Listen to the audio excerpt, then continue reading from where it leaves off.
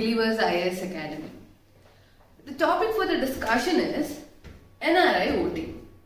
So the main reason for choosing NRI voting and its rights for the discussion is we are mainly talking about the political exclusion. Our talk surrounds around this. Why political exclusion has been happening and how overseas citizens could also participate in the democracy of India. Political exclusion could be cut down by giving voting rights to the NRIs also. And even there are some problems with respect to the voting powers of migrant workers also. So these two categories of people, they are the overseas NRIs, non-resident Indians, and the migrant workers are not having the proper voting rights and voting facilities to cast their votes for the representation. So why NRI voting is important and why political exclusion should be cut down for the better working of the government, and how giving rights to them would help us in inclusion of the people and inclusion of the excluded people. So we will have a complete detail about how NRI rights are given in the recent ECs, that is Election Commission's wordings, and how EC is helping the NRI people can also vote at their convenience. So that is a good news. Even NRIs can also vote, cast their vote for their favorite or to help for the democracy of the India. So NRIs are given the facilities to cast their votes from their convenience at home, and they can choose the leaders in India. We will see what are the facilities given by them and what was the problem faced before, and how NRIs were facing the problem coming to India, voting here, in-person voting, and how ETPBS, electronically transmitted post-ballot system, ETPBS, will help the people in conveying their message to India. So, the news is that EC told the government it had received representations from Indian diaspora, the main part, Indian diaspora, about facilitating votings through postal votings. Postal votes are the go. Then the EC informed the government that it is technically and administratively ready to extend electronically transmitted, as I was telling about, ETPBS to voters abroad. Postal ballot system. You can get a mail from India, you can cast your vote there and send it back in the same format as a mail. That is what completely about ETPBS. ETPBS is that you get a mail, you cast your vote, then send the mail back. It is as simple as that.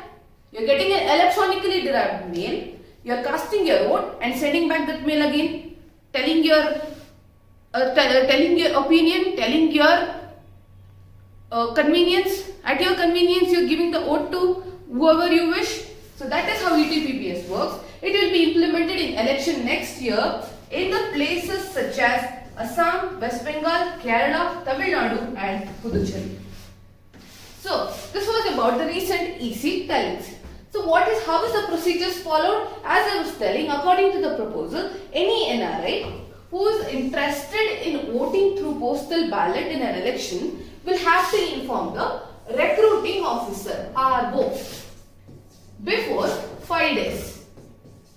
Before 5 days, if he inform the RO, he will get the notification of the election. When the notification of the election is released, you have to inform the RO before 5 days. Then, on receiving such information, the RO will dispatch the ballot paper electronically. He will keep the ballot paper electronically. Then NRI voters will download the ballot paper, mark their preferences on the printout and send it back along with the declaration attached by the officer appointed. So it is as simple. You get a mail, you take the printout, you cast your name, you cast your vote for the wished party or your preferences, Then you send it back with a declaration attached by the officer.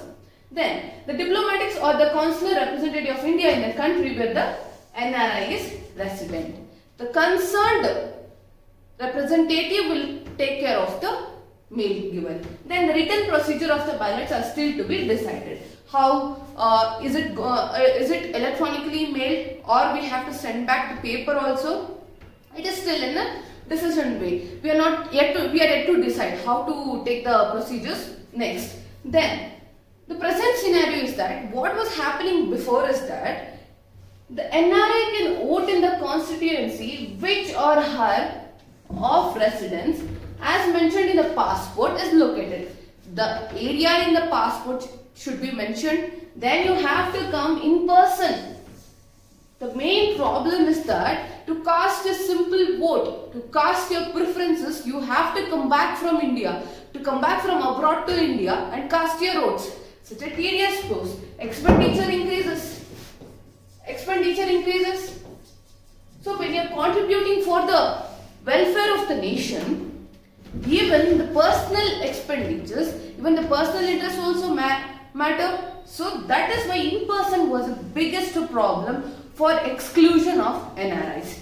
Then, for establishing identity voting rights for NRIs were introduced only in 2011. 2011 was the year where representation was introduced through an amendment to Representation of People's Act 1950, RPA 1950.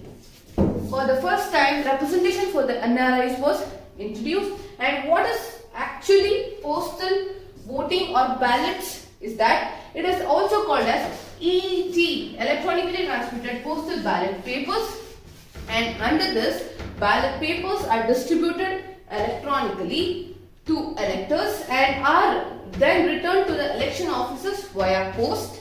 The postal voting refers only to means by which the ballots are submitted, not to the method by which voters are counted. So you are getting it now, that is that the ballots are submitted not to the method by which the votes are counted. It is the postal votes, the extra postal votes we consider. So what is the main thing we are thinking is that we have 1 crore NRI voters. Such a huge number.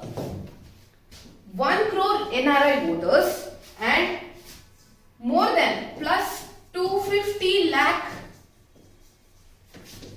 migrant workers.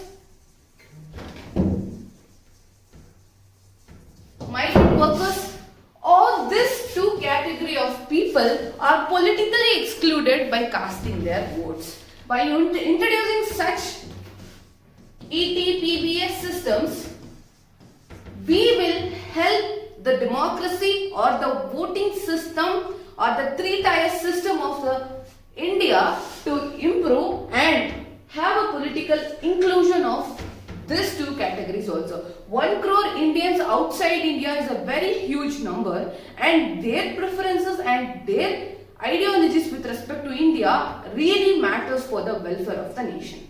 So that is how new introduction of ETPBS for the NRI votings will help in political inclusion. So this was about how EC and government has given a note for this ETPBS system, and postal ballot system would be in place from next year in the elections of Assam, West Bengal and Meghalaya. So this was about a complete discussion about the NRI voting and how from previously in-person voting is being discarded and facilitating the new voters by ETPBS at their convenience in their comforts of their home, and they can help in the welfare of the nation.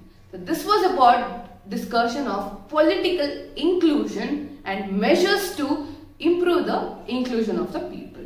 So for such any interesting videos, interesting current affairs, interesting explanation, you can visit our YouTube channel Believers IAS Academy. You can follow us on Instagram, Twitter, Facebook, and you can log on to our website for any foundational course details, any optional test series, everything is available in our website. Please go through that, and you can, for any queries related, you can contact on this number, Believers IAS Academy. So this was a complete discussion about NRI voting, and have a nice day. Thank you.